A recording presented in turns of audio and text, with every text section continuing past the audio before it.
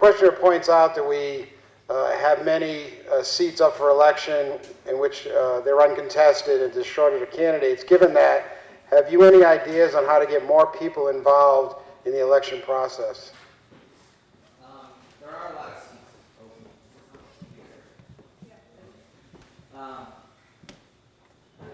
I moved here 7 years ago, and I got involved right away.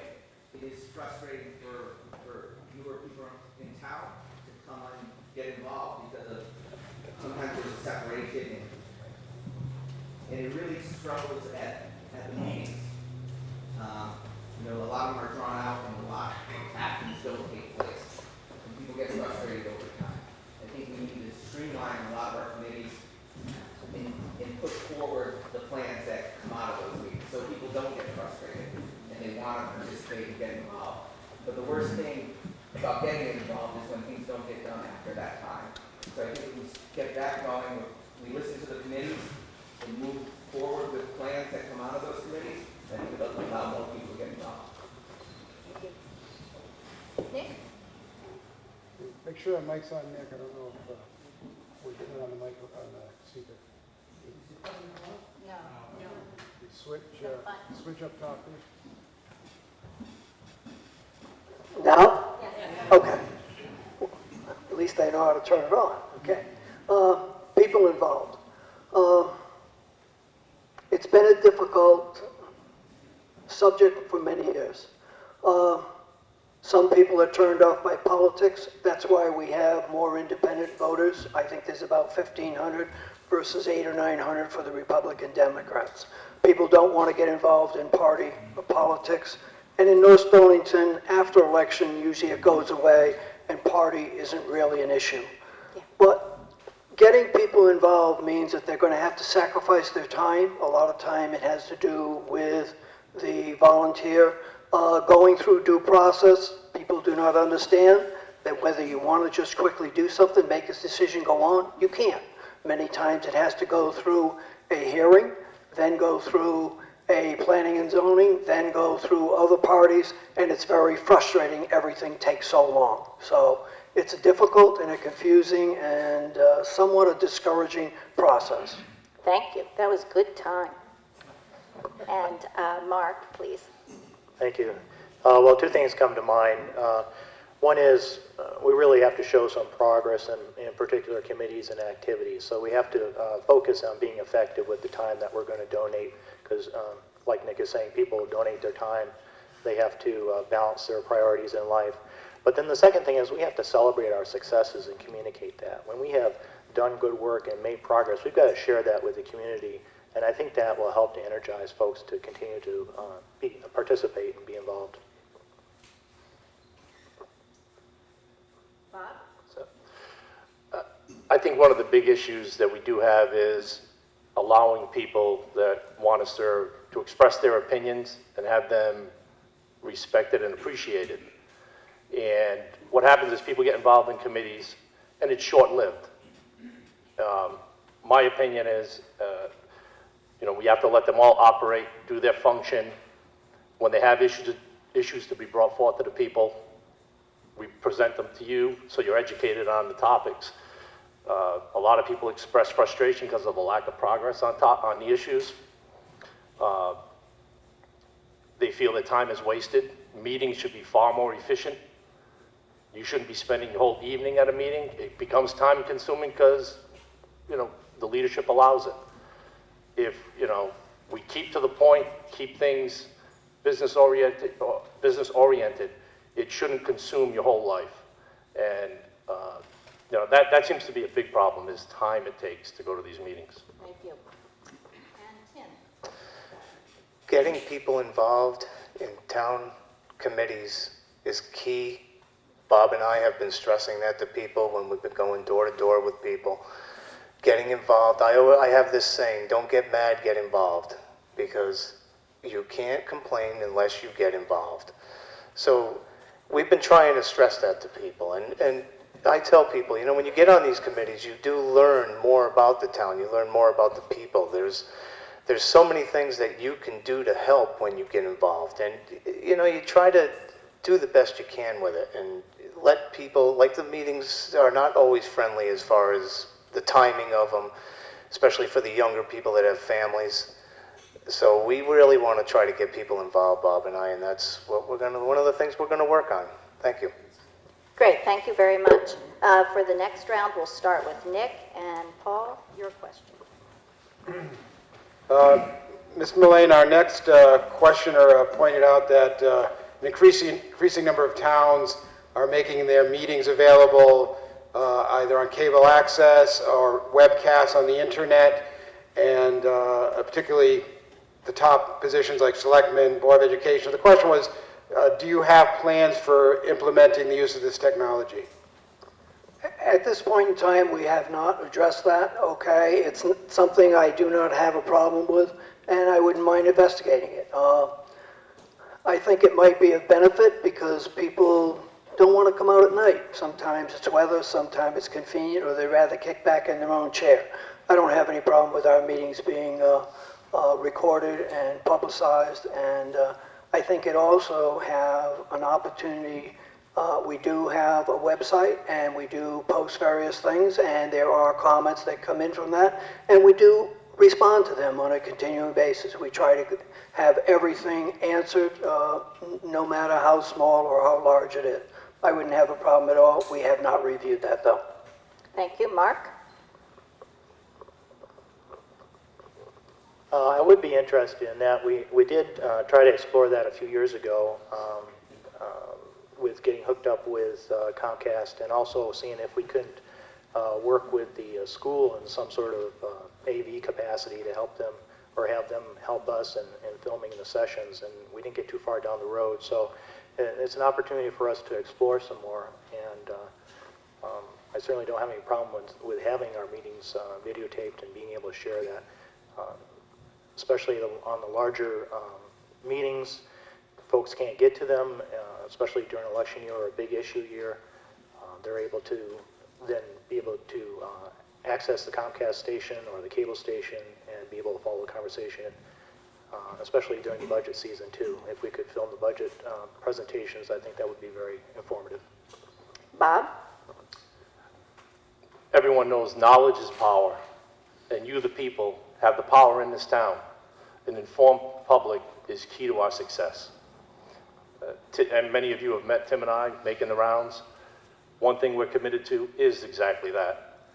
We've talked about webcasts. Again, studying the issues, and to me, that's a no-brainer. You do the webcasts, whether you do also supplement it with Comcast, very simple process. Important issues come up. You could be on vacation. You can log in, you can tune yourself into that topic. That way you're educated on the issues. Too many times we hear, and it adds to the frustration of the earlier question about people getting involved, is the lack of knowledge on the issues. And that's going to be the key to success. People are voting on topics, they think they have the answers, then they find out more information afterwards, and then they get frustrated. And we need to eliminate that frustration, and communication is key. Thank you very much. And Tim? Personally, I think it's a great idea. How many people have phones today that are capable, they're mini computers. They can literally watch something on their phone while they're at a ball game or they're at a function. If there's a issue that's important to them, it's key to have that on webcast or even the Comcast channel. I do a Comcast show myself. They're very accommodating. They'll come, they'll do whatever you need to do, and it's right there on channel 12. It's right there to watch. So, but I think with the technology today, I think we definitely have to catch up a little bit, and it's very important because, like Bob says, an informed public is a smart public. And the microphone all the way down to Brett. Thank you.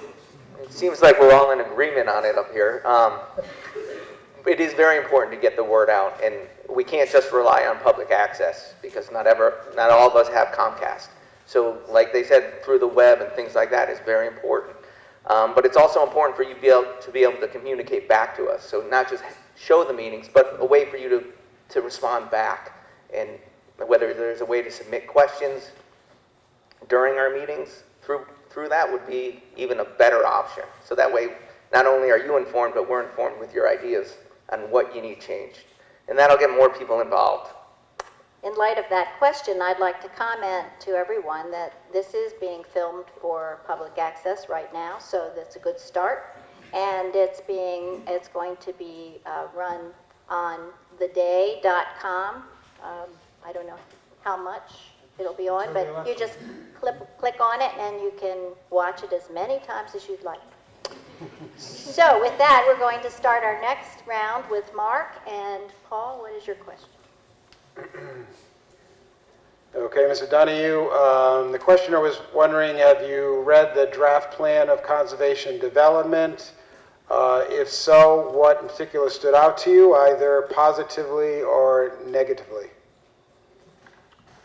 Yes, I've gone through it a couple of times. I'm still compiling comments because we're in the review process for the Board of Selectmen, and we have to give our comments back to planning and zoning here in the next 50 days or so. I'm very impressed with the amount of effort that went into it and the amount of data that we collected. Certainly provides a good description of the town. I think I did participate in some of the community conversation sessions, so I was satisfied to see that the input got incorporated in there in terms of the vision of the town and our mission and some of the key aspects that we're interested in promoting. And right now, I'm just trying to see how that lines up with the overall regional plan, because it has to be balanced. I know it's out for coordination with the Council of Government at the moment, and I'm not quite done looking at it all, so I'll reserve comment until I'm finished. Very good. Thank you very much. Bob, what's your comment on that? Yes, I have reviewed it. The effort that has gone in has been tremendous. It's representative of a lot of, pretty much all parts of the town. A lot of input has gone into it. The one part that, and the one big issue that we're facing in town is affordability. And when we develop these plans, we seem to, I see a lot of good going in as far as trying to ease the economic hardships in our community. And we have to remember, it is plan of conservation and development, but we also have to have that other factor of the economic development to try and make it affordable for this community, for the people to live here and survive. No one wants to see, we all respect the natural beauty of the town and would want to protect that, but we can't focus solely on one half of the equation when it comes to it. Okay, thank you. Tim? I also have had an opportunity to look at it, and here again, the time that people spent on it and everything, they should be commended for. It looks like, to me, it looks like we're on the right track with things as far as looking at that plan. I think a lot of people will be in agreement with it when they see it. It's very well done. It addresses areas and needs that I think we all will look at. So I'm hoping it'll meet with some positive response, and we'll see what happens from there. Brett, would you respond to that?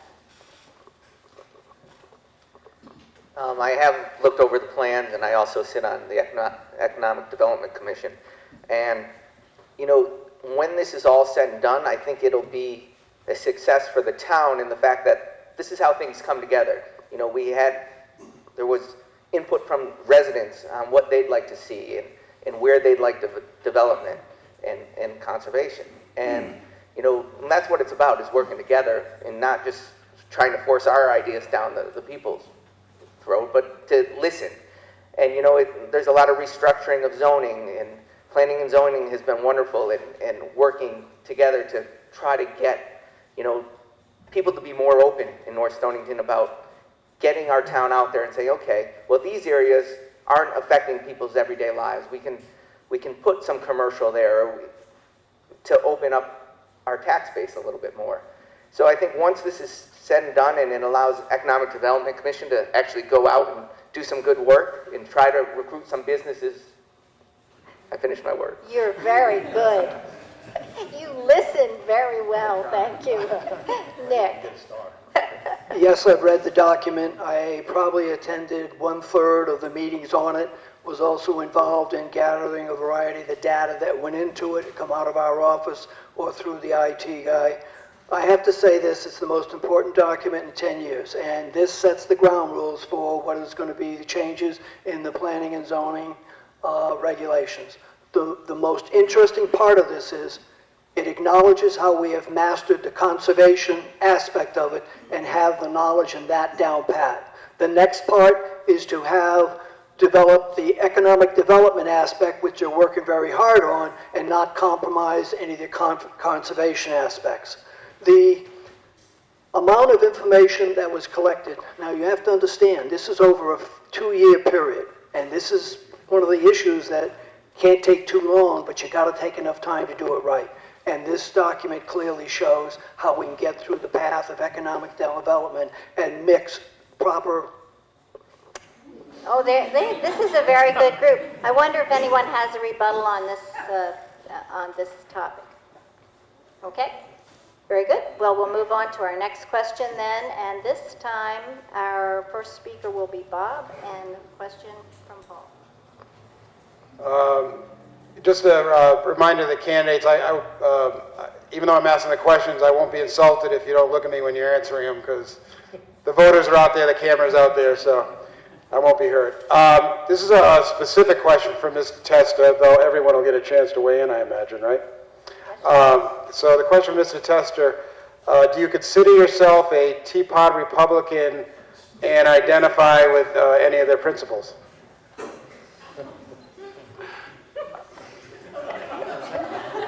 I consider myself an American. Quite frankly, and I'll put it to you this way, when I first got on the Board of Ed, I don't believe party affiliation, we have it. I guess you could say I'm more in the middle, because I see all sides of things. I've done that through my whole life.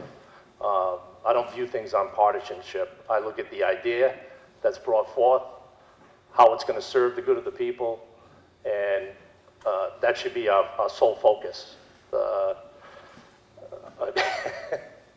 No, I'm not a radical. I believe in strong government that's accountable and open to the people. I think we should serve with the highest level of honor and integrity, and we need to be fiscally responsible. We serve the wishes of the people. It's not a dictatorship. We serve your needs, and if we're not serving your needs, then we're out. Thank you very much. Does anyone else want to respond? Do we have any other?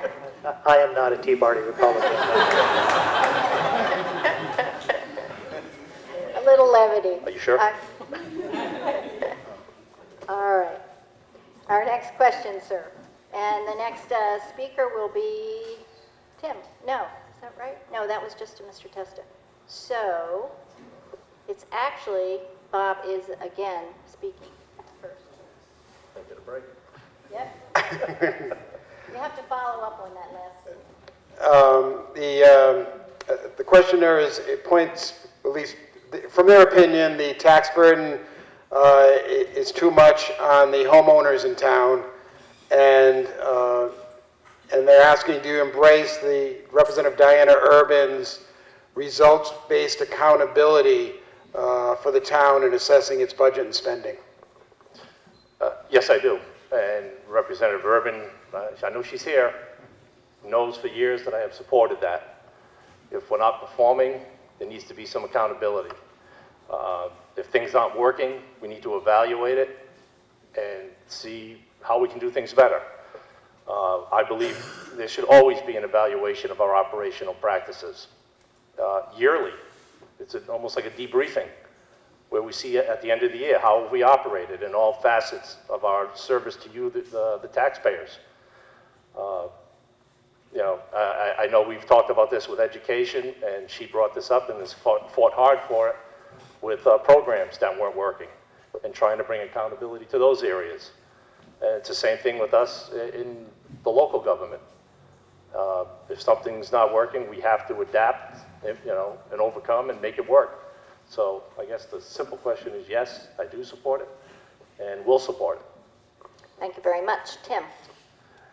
I support it as well. Accountability is a big deal to us. taxes obviously are a huge deal to all of us. So, you know, the tax people, the taxpayers are burdened so much that we hear it because we're out knocking on people's doors. We hear it from a lot of people, and it really, we have to do something. And if it's holding people accountable, we're going to have to do that as well. So that's pretty, I do support it, for the record. All right, thank you very much. We'll send it down to Brett. I don't know whether I support it or not, because I really haven't read the plan. I do feel that there is a big tax burden on our homeowners in town, and we need to work on that. It's important to bring that down, to make it affordable for people to live here. We do need to monitor our own government to see and make sure things are efficient. But it really comes down to making sure when your children leave, they can come back and live here. That there's jobs in the area, not just North Stonington, but all southeastern Connecticut.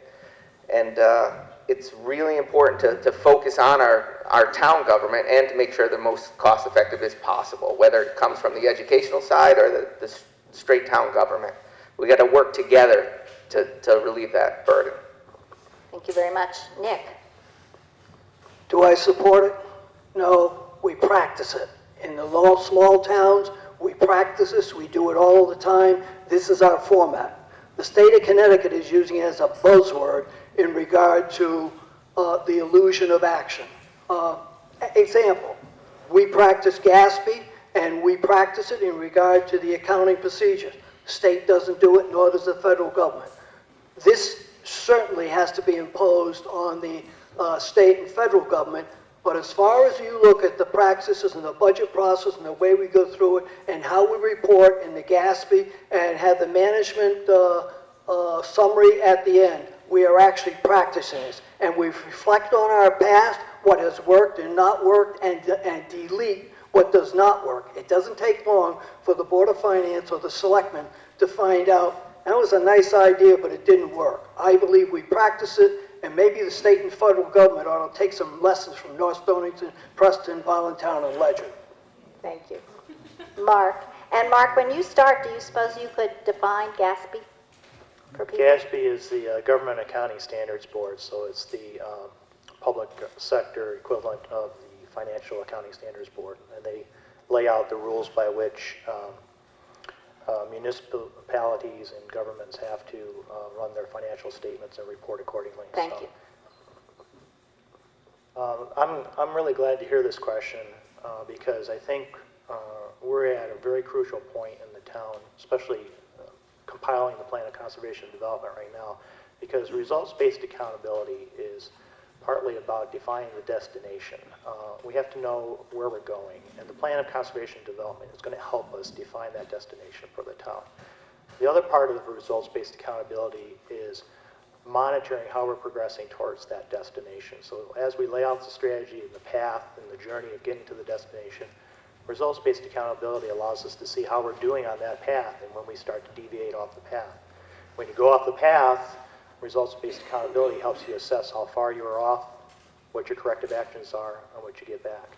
So you want to be careful. You're not going to necessarily see a reduction in taxes through results-based accountability, but you'll see greater efficiency and greater productivity in the use of it. So I'm definitely for it, and I'd like to see it implemented more in the town. Thank you. Bob? I'm sorry. Oh, we're finished that one. I'm sorry. I was really into the results-based, I think.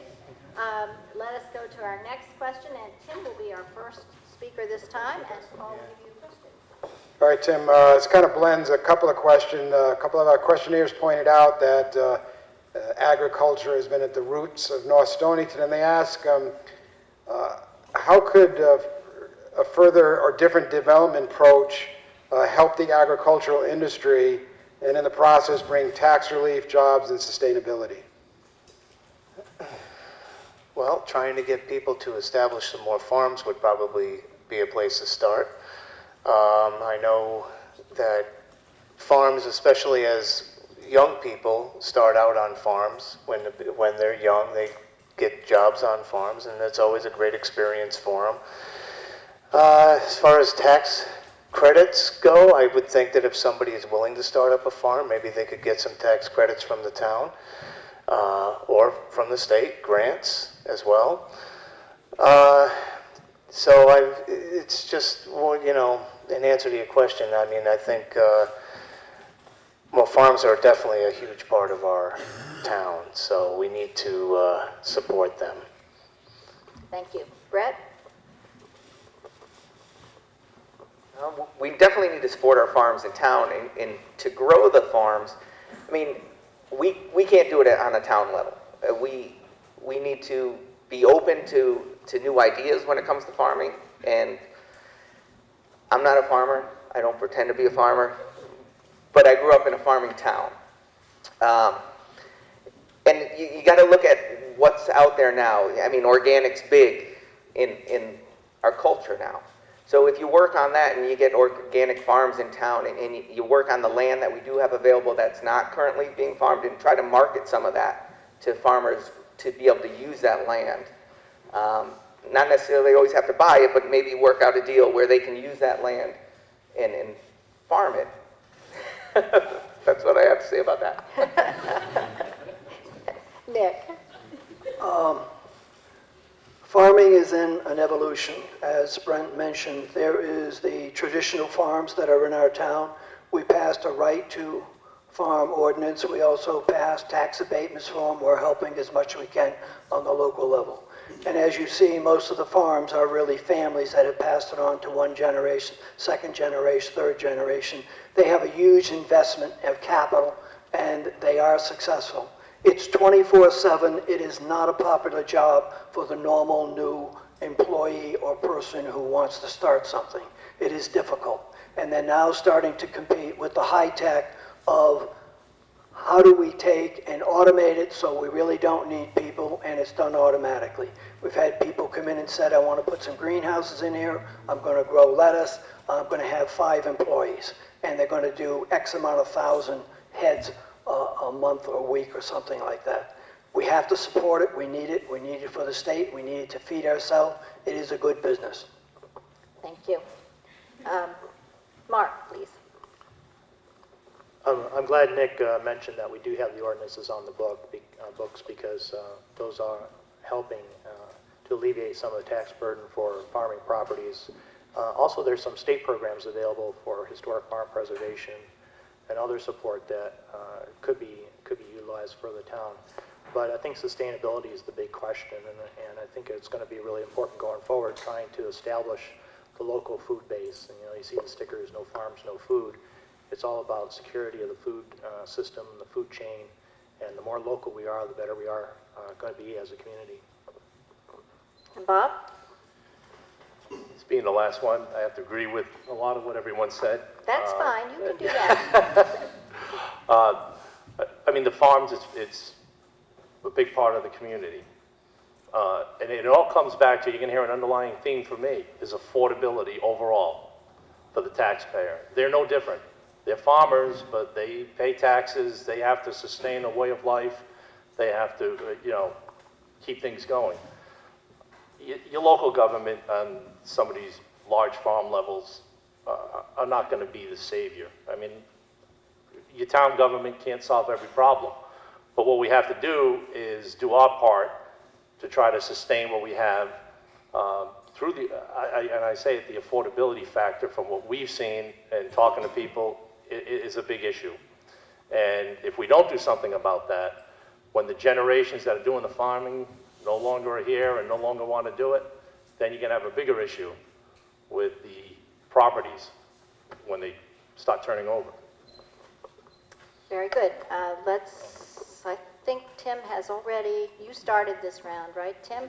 Yes. So the next question, we will be beginning with Brett. And Paul, what is your question? This question is specifically what types of businesses would you like to attract to town to broaden the tax base? That's a tough question. I think we need a mix of businesses, whether I mean, retail isn't going to do it. You need some light manufacturing. You need some light industrial down near the highway area, say. I mean, I think we learned it from the medical center. I mean, everybody was on board for, let's make this the new local medical hub. And one business closes up, and what happens to our hub? So I think you need to spread it out. I don't think there's a fix in saying, you know, we want just this business. I think we need to be open for all businesses and look at each business individually. To say we want to focus on this, it's tough nowadays. You know, there's technology-based businesses that could occupy some office space that will bring some jobs to the area. I think we need to diversify that base and not just say, hey, we're a hub for the medical facilities, and once one closes, they all go. Nick? I think in general, we have to be open for everything. I don't think people want big boxes. I'm not sure we'll get any because they're all surrounding all around us. I would like to see the fourth building at the Stonington properties at the Rotary. That's Alan's Besh. He has a permit for a fourth building, hasn't built it. I'd like to see the clinic open back up and get back into some of the other services that they were provided. I also support the high-tech farming, which would be the greenhouses, producing the type of crops and so forth that go to Stop and Shop and the other places. I feel that we could use an industrial park that could have just sell space and people could come in and put up a building that could be a vast diversity of things. We ought to leave it open for any and everything. We ought to be able to revise our planning and zoning regulation so it's much easier, clearly defined, and eliminate the special permits so it'll be easier for people to come in here. We're working on sewer. Thank you. Mark? Again, I think this is going to be a good opportunity for the Plan of Conservation and Development to really help us make good decisions.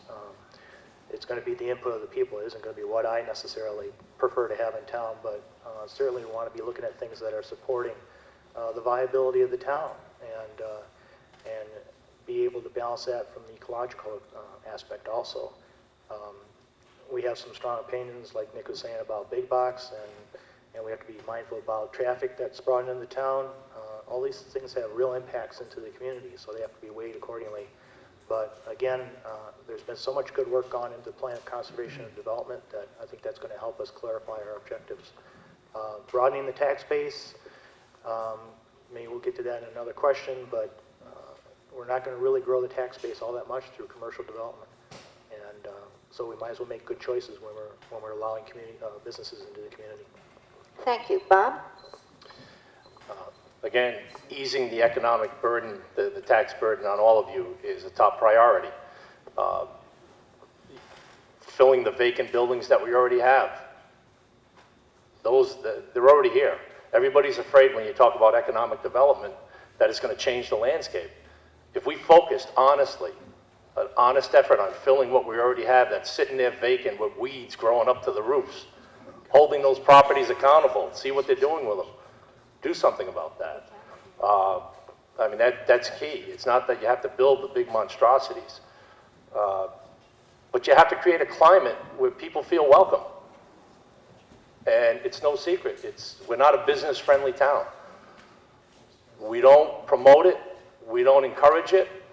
We need to market ourselves. As first selectman, that would be my job, is to promote this town in a positive way. Not only for economic development, for quality of life, for families, for your resale, for your home values. Thank you very much. Tim? I think when a business comes into town or wants to do business in this town, Number one next. I think it should go out to the people to vote on it, especially if it's one of the existing buildings that is in town.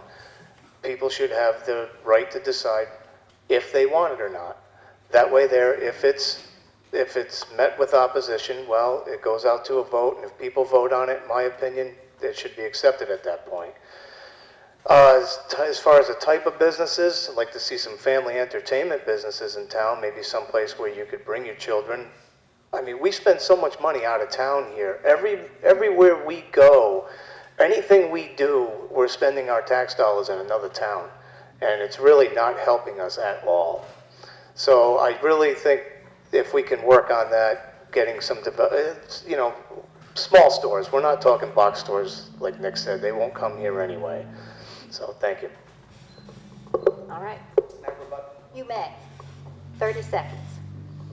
I just wanted to address on Mr. Testa's statement. I agree we do need to work on the existing buildings, but I disagree that our town is now labeled as an unbusiness-friendly community. I think Planning and Zoning and Economic Development Commission has been working hard on changing that.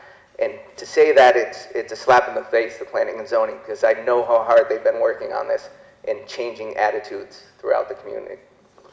Thank you. Are you wishing to rebut? Yes.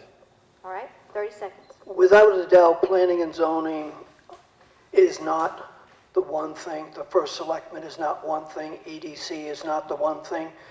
The one thing that will sell the town is teamwork from all these boards and commission and us performing in such a manner that people want to live in this town. And we have a good town, we've got a lot to offer, and only through teamwork of all the boards and commission can we make our place the best looked at to develop, to live, and to work. Thank you. The next round will start with Nick, so just, oh, I'm sorry. Who wants to rebut? You've already done it. Oh, I'm sorry, you have not, you did not rebut. He rebutted. You may rebut, yes. I love that word. I guess my question would be is, how's this all working out for us as a town? I can't think of many towns that have had a McDonald's move out of town. Not only move out, they level the building. We have businesses closing, they tear down to avoid the taxes, and we have vacant properties. I understand fully that we all have to work together, but we're regressing as a community. And you can't tell me that in the last 10 years, we're better now than we were 10 years ago. The tax burden's going up, businesses are leaving, and nothing's coming in. And your time is up, thank you. Does anyone else wish to rebut? All right, Nick, you are first for the next question, thank you. I don't think I get another rebuttal. But you do get this question. Now it's a specific question for you, Mr. Mullane. Actually, a two-parter. One, would you support term limits for the position of first selectman, and why did you reverse earlier decisions pledging that you would not run again? Term limits, that would be up to the town meeting. If somebody wants to bring that forward, I'd be glad to put it forward for a vote. I got no problem. I did say in the past that I'd only maybe serve 2 more terms or 2 more years, and the problem is I have been solicited on numerous occasions. There's nobody else more qualified that does more work, works harder, works with the commissions and everything than yourself, and we don't have any faith in some of the other candidates, okay? I don't know if that's right, wrong, or nothing. The election will turn that out. But I do say that I am experienced, capable, and I have a proven track record, and I haven't caused the town any problems. I believe that we have executed and communicated and worked together on this, and I believe that I am the best candidate, and that's why I'm allowing my name to be submitted again. And I think to follow that up, to give other people the opportunity, I'd like to ask you specifically the question, do you favor term limits for selectmen and first selectmen, the rest of the members of the panel? No, sir, to move on to the other. No. Yes, to Mark would be the next person. We're broadening the question Okay, now so you're to asking asking about term limits, your general opinion of term limits for a town. Yeah, at the municipal level, I don't favor them.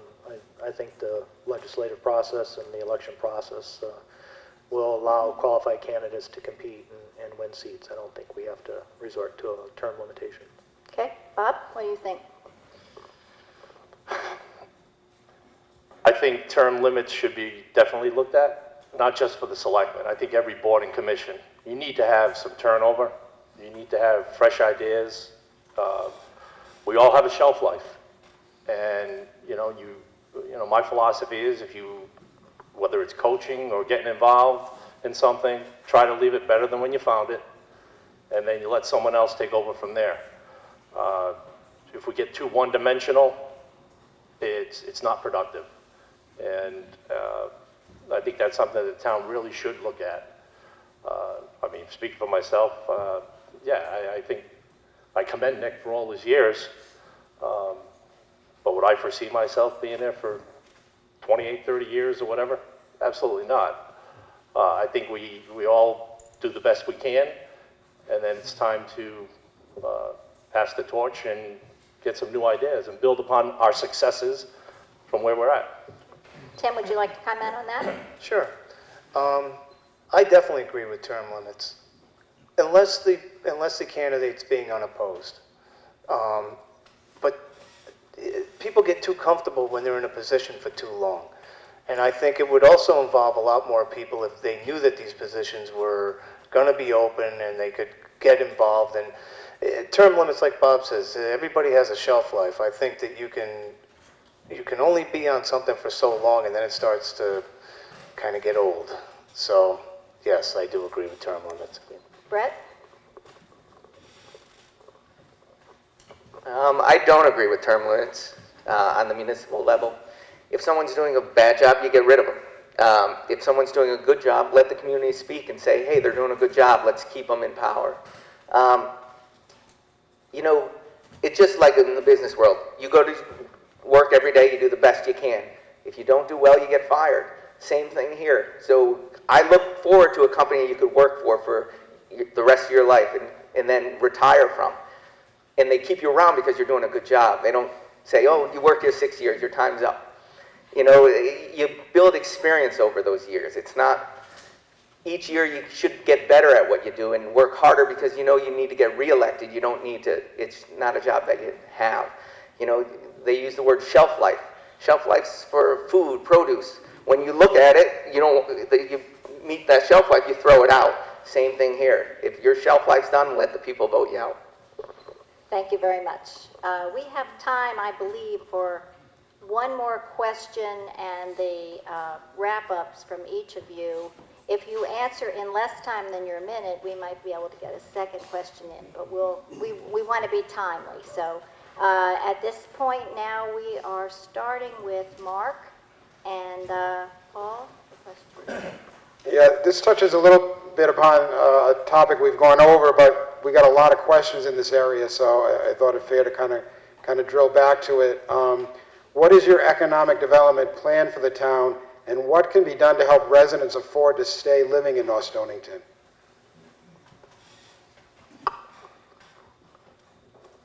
No small question, for sure.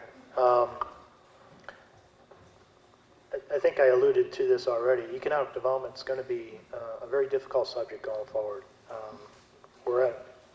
We're quickly coming to the point where we have to make some decisions about the level of services we offer in the town and what we're going to be willing to pay for. In trying to balance that with the taxation levels that we get a lot of feedback from on people that they claim are too high, it's going to be really difficult to bring in sufficient amount of business to offset the tax burden.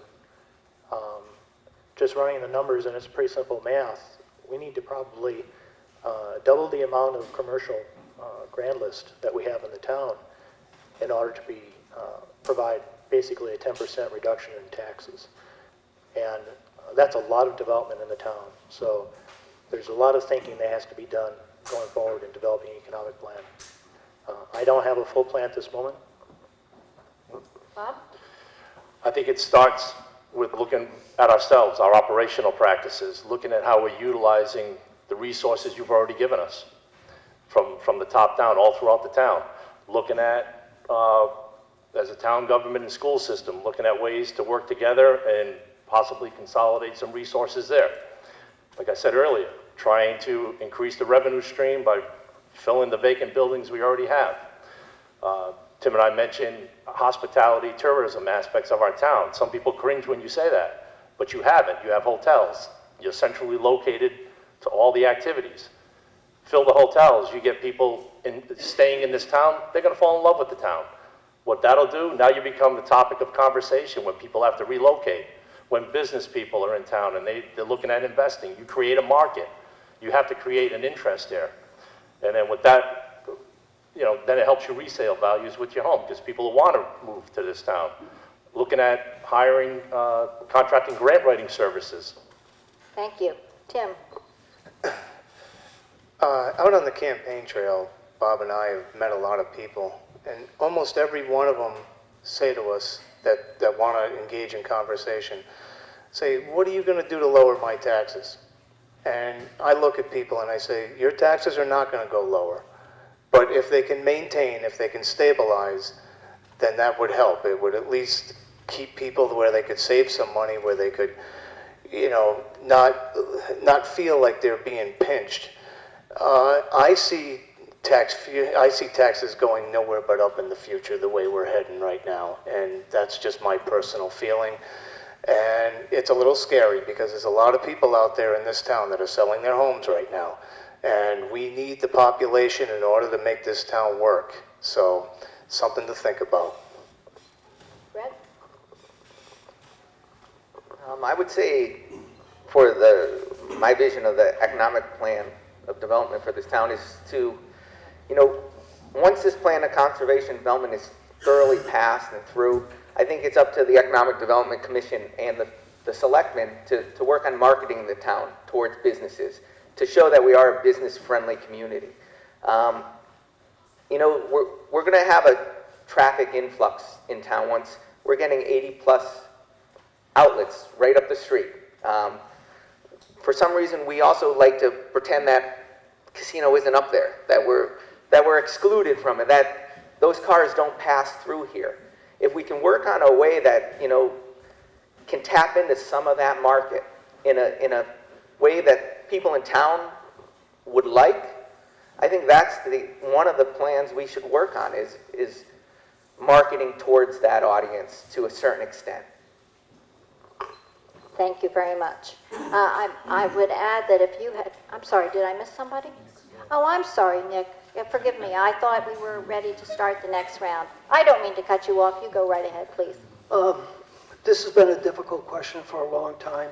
I have gotten the financing from the Board of Finance for a sewer study, have got an agreement with the town of Stonington that they would consider allowing us to tap in. What does that do? It allows us to create a larger density in the commercial area, which we couldn't do before, plus because there was such a big aquifer zone over. In addition to that, we got a $200,000 steep grant, which we're looking at is how we can develop water systems. If we get water and sewer in the commercial area, this will eliminate a lot of the problems they have with consuming too much of their land and too much expense and cost of land, and that would improve the marketability of the town. In addition to that, if we can't market the town, we've got 12 million gallons of water underneath I-95 and we can sell water. There is a pipe in town that we could hook up to and send it right down into the system. And right now, there are places where they're marketing water. Please finish your sentence, if you wish. Would you like to finish that sentence? There are towns that are actually marketing water. There is a definite shortage that has been predicted in southeast. Okay, thank you. I thought maybe you had one more word in your sentence, excuse me. At this point, we're going to start with Mark for closing statements. But I also want to remind you that you might, if you have something more substance that you wish to add to a question that you were not able to complete, you could throw out your canned statement and speak about an issue. But again, you just have 1 minute. So, Mark, do as you wish. Okay, thank you. So I'm standing for re-election, and I want to thank everybody for coming out and sharing their time this evening.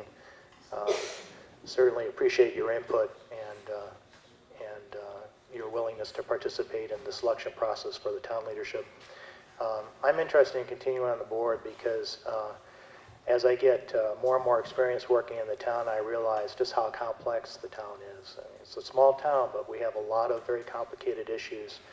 And in working with the various boards and commissions, I find that we really need to collaborate a lot. And I have a good skill set in collaboration and working from my diverse career in various projects, project management, technical management, with various companies and other organizations. And I've certainly enjoyed my time on the board and like to continue working on that. So I ask you for your consideration and your vote in November. Thank you very much. Bob? This election, like every election, is about you, the people. And it's about this town, the direction we're heading, and where we want to be as a community. There are a lot of issues coming up. If we don't fix the affordability factor, you're going to get buried. And, you know, these are things that have been around for years, and they're still here. And now they're all, you know, the carpet's getting bigger, and we're all tripping over it now. So we're going to have we got the dams, the bridges, the schools, the firehouse, but you got to pay for it all. And like I said to you earlier, it all stems with affordability, and we got to really work on that first and foremost. It isn't about the people up on this stage. No one has all the answers. None of us can pretend to tell you we have all the answers. It is going to take all of us working together with input from you and all the boards and commissions working together to make things right and move us forward. Thank you. Tim? First of all, I've been in town for 26 years, and I know to some of you that's a new person in town. But it's been the best 26 years of my life. I just want to see things move forward. You know, I want to see a future for the young people. I want to see someplace for the elderly people to go. I don't want to see them leave our town. I don't want to see the young people leave our town, and I don't want to see our generation leave our town. In order to, another thing too, while I'm on my minute, I do want to say I have the utmost respect for all the gentlemen sitting up here, and especially Nick. Nick's done a great job serving this town, and not that he's done yet, but but I do want to thank everybody, you know, because like I say, I do have a lot of respect for these gentlemen. So hopefully you guys will decide the winner here November 5th. Thank you. Thank you very much. Brett?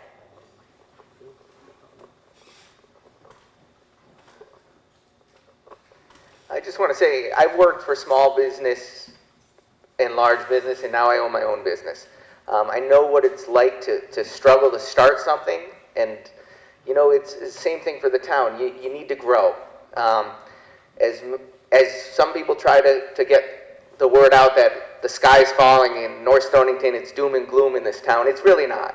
You know, I've been here for only 7 years, but I've seen progress. And I think we have so many things going on in town at this point where we can't start fresh and say, hey, it's been a bad 4 years, 2 years. I think we're headed in the right direction. I think we need a little experience on the board, and yes, I'd like some fresh blood on the board as well, and that's why I'm running. But we do need that experience to carry us through. We can't wipe the table clean and start fresh. Our town's not in bad shape. You know, we're doing well. Budgetarily, we're doing okay. Yes, things need to change a little bit, but to say the sky's falling, it's not right. Vote for me.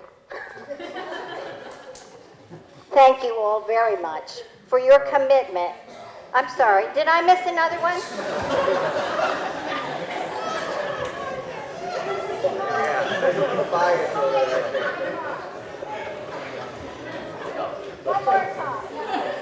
You're gonna fire me.